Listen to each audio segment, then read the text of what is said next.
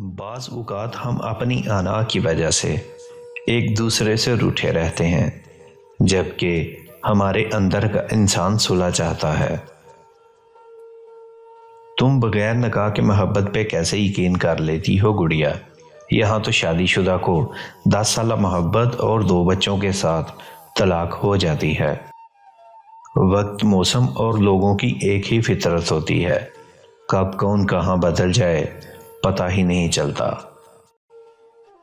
دعا کی قبولیت میں جو آپ کو دیر لگ رہی ہے وہ اصل میں خیر ہے، اللہ نے بہترین وقت پر دینا ہے انشاءاللہ۔ انسان جب زندگی کے امتحانوں سے گزر کر پتھر ہو جاتا ہے تو پھر اگر کوئی دل دکھا بھی دے تو برا نہیں لگتا۔ محبت میں شدت معنی نہیں رکھتی، محبت میں عزت معنی رکھتی ہے۔ یقین جانیے اس نے محبت میں مجھے اور نکاح میں کسی اور کو قبول کیا۔ محبت مارنے سے ہی محبت ملتی ہے، نفرت دے کر محبت کی امید کرنا خوش فہمی کے سوا کچھ نہیں۔ دل نیک ہوگا تو دل میں صرف ایک ہوگا۔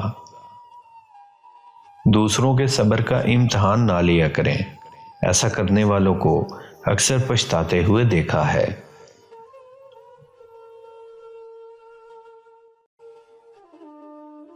وہ دکھ بڑے قیمتی ہوتے ہیں جو رب سے آپ کا تعلق گہرا کرتے ہیں۔